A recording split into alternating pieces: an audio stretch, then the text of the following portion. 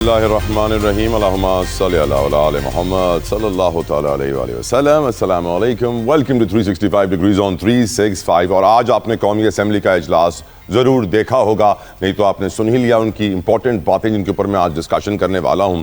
اس گفتگو کا آغاز کرنے سے پہلے میں آپ کو بتانا چاہوں گا کہ جب ڈونلڈ ٹرمپ نے مدورو کو وینزویلا سے اٹھایا تو لوگ سمجھے یہ سیاسی جنگ ہے، پھر معلوم پڑا نہیں، یہ تو تیل کے لیے اٹھایا گیا ہے، معاشی جنگ ہے یہ۔ آپ جانتے ہیں ان کو اٹھانے کے 5 دن کے بعد ڈونلڈ ٹرمپ کہتے ہیں کہ 50 ملین آئل بیرلز جو ہے وینزویلا سے امریکہ آئیں گے، وینزویلا کیوبا کو آئل نہیں دے گا۔ اٹ واز کوائٹ آبویس کہ دنیا کا سب سے بڑا تیل کے ذخائر وینزویلا کے پاس، سونا ان کے پاس۔ دنیا میں اب سیاسی کم معاشی جنگیں ہی ہوتی ہیں۔ جان پرکنز اپنی کتاب میں بتا چکے ہیں ہمیں کنفیشنز آف این اکنامک ہٹ مین میں کہ کس طریقے سے معاشی طور پہ کسی ملک کو تباہ کر دیا جاتا ہے، وہ اپنے گھٹنوں پہ آ جاتا ہے، پھر سیاست رہتی نہیں ہے وہاں پہ۔ معیشت کے اندر پاور سیکٹر سب سے زیادہ امپورٹنس رکھتا ہے۔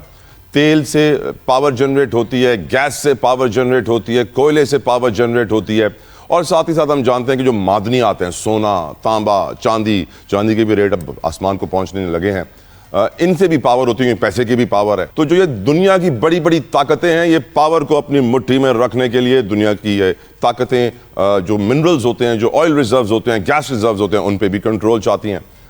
اسی طریقے سے اگر ہم بات کریں پاکستان کی، تو پاکستان کے اندر بھی پاور سیکٹر ایک ایسا سیکٹر ہے جو کافی وقت سے مشکلات کا شکار ہے۔ PDM-2 میں جب شہباز شریف صاحب وزیر اعظم بنے تو انہوں نے آتے ہی کہا تھا کہ 5000 ارب ہمارا سرکولر ڈیٹ ہے پاور سیکٹر کا، جو کہ اداروں کے درمیان زیر گردش قرضے ہوتے ہیں، بجلی کے بھی ہیں، گیس کے بھی ہیں، دونوں کے ملا کے یہ 5000 کے قریب بنتے ہیں۔ تو اس پاور سیکٹر کے بارے میں آج ہم نے قومی اسمبلی میں جو گفتگو سنی وہ انتہائی اہم، میں سمجھتا ہوں کہ اس کے اوپر آج بات کرنا بہت ضروری ہے، جو آپ نے پروگرام کے آغاز میں ابتدائیے میں سنی تھی۔ اس گفتگو کے اندر کہا جاتا ہے کہ حیدرآباد ڈسٹرکٹ دن میں 10 سے 12 کروڑ کی گیس پیدا کرتا ہے، لیکن حیدرآباد کو گیس نہیں ملتی۔ مجھے یاد آیا کہ یہ بات تو ہم کب سے کرتے آئے ہیں کہ سوئی ایک ایسا شہر تھا جس نے پاکستان کو کئی دہائیوں تک گیس سپلائی کی، کہ اس کے نام سے 2 بڑی بڑی کمپنیاں کھڑی ہو گئی، لیکن بیچارے سوئی کو گیس نہیں ملی۔ گیس تو دور کی بات، جو رائلٹی وہ ڈیزرو کرتے تھے، جو ڈیولپمنٹ ورک وہ ڈیزرو کرتے تھے، جاب اپرچونٹیز وہ ڈیزرو کرتے تھے، اس طرح حیدرآباد کو نہیں مل رہی ہیں، وہاں بھی نہیں مل رہی ہیں۔ سیڈلی پاکستان کا پاور سیکٹر IPPs کا اسکینڈل ہمارے سامنے ہے کہ بجلی گھر ایکسٹرا بجلی بناتے نہیں تھے، لیکن حکومت سے اس کے پیسے لیتے تھے کہ کیپیسٹی چارجز ہمیں دیجئے، کیونکہ ہم نے اتنا بڑا پلانٹ آپ کے کہنے پہ، آپ کے وعدے کے اوپر لگا دیا ہے، ہم 10,000 میگا واٹ بنا سکتے ہیں، بنا ہم 10 میگا واٹ رہے ہیں، لیکن پیسے آپ سے 10,000 کے لیں گے۔ ہم نے وہ پیسے بھی ادا کرنے کا وعدہ کیا ہوا ہے۔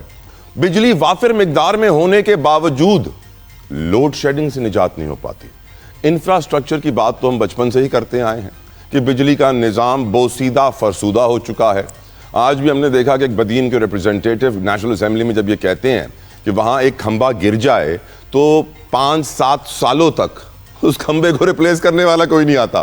5-7 سالوں تک بجلی سے محروم ہوتا ہے وہ علاقہ، ہمیں احساس نہیں ہے۔ سیڈلی سردیاں آتی ہیں تو ہمیں معلوم پڑتا ہے وہ گیس شارٹ ہو گئی ہے، گرمیاں آتی ہیں پتہ چلتا ہے وہ بجلی شارٹ ہو گئی ہے۔ کیا وجہ ہے کہ ہم نے پاور سیکٹر میں اتنی غلطیاں کی ہیں لیکن سیکھا کچھ نہیں ہے؟ کہتے ہیں نا کہ غلطی سے جو سیکھ لے تو وہ غلطی نہیں ہوتی ہے۔ سیڈلی ہم نے سیکھا کچھ نہیں ہے۔ دنیا بڑے بڑے ڈیمز بنا رہی ہے، آلٹرنیٹ انرجی کی طرف جا رہی ہے، ہم وہیں کے وہیں ہیں۔ بڑے افسوس کی بات ہے کہ ہمیں آگے بڑھنے کی ضرورت ہے، اور جس طریقے سے پاور سیکٹر کی مینجمنٹ ہو رہی ہے، جس طریقے سے نیشنل اسمبلی میں ریپرزنٹیٹیوز نے فرام آل اوور پاکستان، یہ نہیں کہوں گا سندھ کے لوگوں نے شکایتیں کی ہیں، سندھ، بلوچستان، پنجاب، KPK، لاہور کے بھی ایسے علاقے ہیں جہاں ہفتے میں ایک دن تعین کیا ہوا ہے کہ یہاں بجلی پورا دن نہیں ہوگی 24 گھنٹے۔ تو یقیناً یہ افسوسناک صورتحال ہے۔ ہم کب اس لوڈ شیڈنگ سے نجات پائیں گے، چاہے وہ بجلی کی ہو، چاہے وہ گیس کی ہو؟ اس کے اوپر آج کے پروگرام میں بات کرنا چاہتا ہوں۔ قومی اسمبلی کے اندر ایک اور بات کے اوپر بڑی آواز اٹھائی گئی، وہ تھی ہماری فوڈ سیفٹی اینڈ سیکیورٹی کے حالات۔ آج کل آپ دیکھ رہے ہیں کہ مارکیٹ کے اندر آلو، پیاز، ٹماٹر کے ریٹ گرے ہوئے ہیں، اور ہم خوش ہوتے ہیں کہ اللہ کا شکر اس مہنگائی میں کسی چیز کا تو ریٹ گرا، لیکن وجہ کیا ہے؟ وجہ یہ ہے کہ بارڈر بند ہونے کی وجہ سے ہمارا مال وہاں نہیں جا پا رہا، اور جس کی وجہ سے وہ اس مال کا ریٹ گرانا پڑ رہا ہے پیداوار کرنے والے کو، اس کسان کو، اس ہاری کو، اس آباد کار کو۔ اس کے پاس کوئی اور آپشن نہیں ہے کہ اگر اس نے ریٹ نہیں گرایا تو اس کا مال پڑے پڑے خراب ہو جائے گا، اس کو صحیح ریٹ ملے گا نہیں، اور وہ اگلے سال سوچے گا پھر پیداوار کرنے سے پہلے۔ تو اس وقت آلو کے ساتھ یہ ہو چکا ہے، آلو کیونکہ ایکسپورٹ نہیں ہوا، کسانوں کو ان کا ریٹ نہیں ملا، بڑا ان کو نقصان بہت بڑے پیمانے پہ اٹھانا پڑا ہے۔ 120 کلو والی بوری 2500 روپے میں فروخت کی گئی ہے، جو پچھلے سال 10,000 روپے میں فروخت ہو رہی تھی۔ بہت بڑا نقصان. مینڈرن کے فارمرز, کنو, مالٹا وغیرہ وغیرہ کے فارمرز جو ہیں وہ پریشان ہیں کہ ہمارا پروڈکٹ درخت پہ لگے لگے خراب ہو جائے گا, ہم آرڈرز بھیج نہیں پا رہے ہیں, آرڈرز ہیں ہمارے پاس, بارڈر بند ہے. We'll discuss this in our show as well. اس کے علاوہ میں بات کروں گا NCCIA کی, FIA کا ادارہ جو سائبر کرائم کو ختم کرنے کے لیے بنایا گیا. سیڈلی سائبر کرائم بڑھی رہا ہے, 1 لاکھ سے زائد شکایت موصول ہوتی ہیں, 26,000 پہ انکوائری ہوتی ہے. پھر معلوم پڑتا ہے کہ ریکوریز بھی ہوئی ہیں. FIA نے رشوت کے الزام میں گرفتار جو ان کے آفیسرز تھے ان سے ریکوریاں کی ہیں, بڑے پیمانے پہ ریکوری ہوئی ہے. سب سے زیادہ ریکوری ہوئی ہے 1,25,00,000 روپے چودھری سرفراز سے. چودھری سرفراز بڑے نامور آج کل شخص ہیں NCCIA کے, وجوہات ہم سب جانتے ہیں. کیا میں اس کی ڈیٹیلز میں پڑھوں, لیکن واضح ہے کہ جو بھی 2 نمبر کام کر رہے ہوتے تھے ان کے ساتھ مل کر ان سے پیسے لینا, کال سینٹر سے ان سے رشوت لینا, اپنے اختیارات کا ناجائز استعمال کرنا. یہ بات بھی کی جا رہی ہے کہ جو یہ بیٹنگ ایپس تھی ان کو بھی انہوں نے پروموٹ کیا. تو خیر کیا کچھ نہیں کیا ایسے ملک میں, اس کے اوپر ہی بات کریں گے کہ کس طرح ہم کرائم کو کنٹرول کر سکتے ہیں اور کس طرح ہم اپنے سائبر کرائم ونگ کو بہتر بنا سکتے ہیں. سیڈلی ہمارے بیوروکریٹس میں کسی کو سزا ملتی نہیں ہے, سسپینڈ کر دیے جاتے ہیں 6, 8, 10 مہینوں کے لیے, 1 سال 2 سال کے لیے واپس آتے ہیں, وہی کام شروع کرتے ہیں, پینشن بھی لیتے ہیں, سرکاری تنخواہ بھی لیتے ہیں اور ہم ٹیکس پیئر اس کے پیسے دیتے بھی ہیں. How sad. گفتگو کا آغاز کرنا چاہوں گا, ویلکم کرنا چاہوں گا اپنے مہمانوں کو. سب سے پہلے سردار عبدالرحمان کھیتران صاحب موجود ہیں فرام PMLN. سردار صاحب السلام علیکم, بہت شکریہ آپ کے وقت کے لیے. عالمگیر خان صاحب فرام پاکستان تحریک انصاف. خان صاحب جزاک اللہ خیر آپ کے وقت کے لیے, السلام علیکم. مولا بخشانی فرام پیپلز پارٹی میں جوائن کریں گے. گفتگو کا آغاز میں عالمگیر خان صاحب آپ سے کرنا چاہتا ہوں. عالمگیر صاحب یہ بتائیے, آج ہم دیکھتے ہیں نیشنل اسمبلی میں کہا جاتا ہے کہ حیدرآباد دن میں 10 سے 12 کروڑ کی گیس پروڈیوس کرتی ہے. حیدرآباد کو گیس نہیں ملتی, نہ کوئی job opportunities oil and gas development companies وہاں پر دے رہی ہیں, کوئی اس ایریا کو فائدہ نہیں ہو رہا ہے اس گیس پروڈیوس کرنے کا. سندھ اس وقت پاکستان کی 70% گیس پروڈیوس کرتا ہے. سندھ سے پہلے بلوچستان کرتا تھا. سوئی سے ہم نے دیکھا 2 بڑی کمپنیاں بن گئیں, اربوں خربوں کی ان کے شیئرز ہو گئے, لیکن بیچارے سوئی کو کچھ نہ ملا. یہ پاور سیکٹر کے اندر ہم اتنے بے بس کیوں ہیں, ہم لاچار کیوں نظر آتے ہیں, ہم کیوں نہیں اس کے اندر ریفارمز لا پاتے ہیں, جبکہ ہم جانتے ہیں سرکولر ڈیٹ بھی 5,000 ارب تک پہنچا ہوا تھا ایک وقت میں. آپ کی رائے عالمگیر خان صاحب. دیکھیں طلعہ صاحب, آپ نے بہت اچھے موضوع پہ گفتگو شروع کی. ضروری ہے کہ یہ دیکھا جائے کہ ترجیحات کیا ہے اس وقت موجودہ حکومت کی, اور ترجیحات یہی نظر آتی کہ اپنے لیب ریفرنسز ختم کیے گئے. جب سے یہ سارا PDM کی گورنمنٹ آئی 150 سے زائد نیب ریفرنسز ختم کیے, ایک کے بعد دیگر اپنے کیسز ختم کیے. یعنی پارلیمان کو اپنی ذات کے لیے استعمال کیا, نہ کہ عوامی مفاد کے لیے. کوئی ہمیں ریفارمز نہیں نظر آئے اس سارے, یہ اس سے پہلے بھی ان کے کچھ عرصہ رہا کیئر ٹیکر حکومت رہی, اس سے پہلے ان کی حکومت رہی, اور اب کوئی 2 سال ہونے کو ہے. ہمیں تو کوئی عوام کے حق میں کوئی فیصلے, کوئی قانون سازی, کوئی پالیسی نہیں ہوتی ہوئی نظر آئی. اور وجہ صرف یہ ہے کہ آج ان کی تمام تر پریس کانفرنسز سن لیں, ان کی تمام تر تقاریر سن لیں, صرف عمران خان, اڈیالہ جیل, تحریک انصاف, ان کو گرفتار کرنا, ان کو دیوار سے لگانا. یعنی آپ کہہ رہے ہیں کہ جتنی محنت عمران خان کو اور PTI کو پیک کرنے میں کی ہے, اگر اتنی محنت پاکستان کے پاور سیکٹر پہ کی جاتی تو آج بجلی گیس کی صورتحال بہتر ہوتی. اور یہ صرف یہ فارم 47 والے نہیں, ان کو لانے والے بھی اس چیز کو ذرا سوچیں کہ آیا عوامی مفاد میں, عوامی حق میں کچھ فیصلے کیے جائے اور استعمال کیا جائے حکومتی مشینری کو, لیکن حکومتی مشینری تحریک انصاف کے خلاف استعمال کی جائے. عالمگیر خان صاحب نے سہیل آفریدی صاحب کے دورے میں اتنے نعرے لگائے تھے کہ ہمیں اندازہ ہو گیا ہے کہ ان کا گلا تھوڑا سا بیٹھا ہوا ہے, طبیعت بھی تھوڑی سی ڈاؤن ہے, لیکن still you are here with us. I am really obliged Alamgir صاحب. چانڈیو صاحب تھینک یو آپ کے وقت کے لیے بھی. چانڈیو صاحب, حیدرآباد سندھ کا دوسرا بڑا شہر ہے, اور آج ہم سنتے ہیں کہ وہ دن میں حیدرآباد ڈسٹرکٹ 10 سے 12 کروڑ کی گیس پیدا کرتا ہے. حیدرآباد کو گیس نہیں ملتی ہے. سیڈلی بدین کے اندر ہم دیکھتے ہیں کہ انفراسٹرکچر ایسا ہے, کہیں کھمبا گر جائے تو 7 سال لگ جاتے ہیں اس کو واپس لگانے. میں نہیں کہہ رہا ہوں, یہ آج ہماری نیشنل اسمبلی میں کہا گیا ہے. ہمارے ملک میں, ہمارے صوبے میں, سندھ میں خاص طور پہ اتنا برا حال کیوں ہے؟ سر ویسے برا حال تو پورے پاکستان میں ہے, لیکن یہ پاور سیکٹر کا اتنا برا حال کیوں ہے؟ سردیوں میں گیس کے لیے رہو, گرمیوں میں بجلی کے لیے رہو. What is your opinion Chandio صاحب؟ بات یہ ہے کہ جو بھی صوبے سے وابستہ مسائل ہوتے ہیں ان پہ کبھی کسی مرکزی حکومت نے اتنی توجہ نہیں دی جتنی دینی چاہیے تھی. میں بدقسمتی سے داغوں اس حکومت کا, لیکن بدقسمتی سے ان کا بھی رویہ وہی ہے, کیونکہ لوگ نہیں بدلے. لوگ تو وہی آئے ہیں جو ہر دور میں آئے تھے, وہی آئے ہیں. وہ ساتھ ان کا کوئی اچھا تعلق نہیں ہے. اور خاص طور پہ سندھ صوبے سے تو وابستگی نہیں ہے. خواہ مخواہ پی ٹی آئی بھی اپنے آپ کو معتبر پیش کر رہی ہے. پی ٹی آئی نے بھی یہی کیا ہے. خان صاحب کیا ہوا؟ خان صاحب کے دور میں خان صاحب کو صوبوں کے حدود کا پتہ نہیں تھا. کس صوبے کو کسی سے ملا دیتے تھے, کبھی کسی سے ملاتے تھے. اور لیکن میں برملا کہہ رہا ہوں اور ایماندارانہ کہتا ہوں, چھوٹے صوبوں سے اور خاص طور پہ سندھ سے کسی بھی وفاقی حکومت کا رویہ پیار والا نہیں ہوتا. وہ اپنے طور پہ استعمال تو کرتے ہیں, لیکن ان کے دیکھیے نا, نون لیگ ہے, اتنی بار حکومت میں آئی ہے, اب لاسٹ بار ابھی بھی ہے. ان کے پروگرام میں, ترقیاتی پروگرام میں سندھ کا کیا حصہ ہے بتائیں؟ سندھ میں کون سی انہوں نے اتنی بڑی کوئی اسکیم دی ہے جو قابل فخر ہو؟ آپ بتائیں. ان کے سارے ترقیاتی کا, میں نہیں کہتا کہ نون لیگ ایک علاقائی جماعت ہے, لیکن یہ ضرور کہتا ہوں ان کی سوچ علاقائی ہے, جماعت علاقائی نہیں ہے. جماعت پورے پاکستان میں ہے, لیکن ان کی بہتری کے پروگرام صرف ایک صوبے کے لیے, یہ بڑی بدقسمتی ہے. چانڈیو صاحب, آپ انڈائریکٹلی اعتراف کر رہے ہیں سر, آپ اعتراف کر رہے ہیں کہ پیپلز پارٹی وفاق سے سندھ کو اس کا حق نہیں دلوا پائی. آر یو ایڈمٹنگ دس سر؟ میں یہ نہیں کہہ رہا. ہم جب بھی آئے ہم نے دیا ہے. مطالبہ کرنا, بات کرنا, آواز اٹھانا بھی اس میں شرکت ہے. باقی یہ نہیں یہ ناکامی ہماری نہیں ہے.